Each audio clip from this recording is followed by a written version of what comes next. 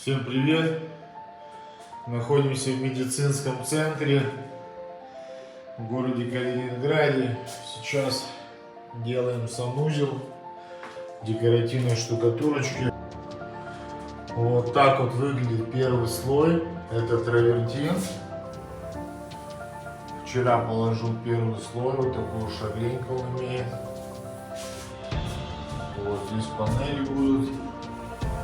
Это вот вторая стена. Ну вот, прошло 2,5 часа. Второй слой нанесен. Смотрите, что у нас получилось. Вот такой рисуночек.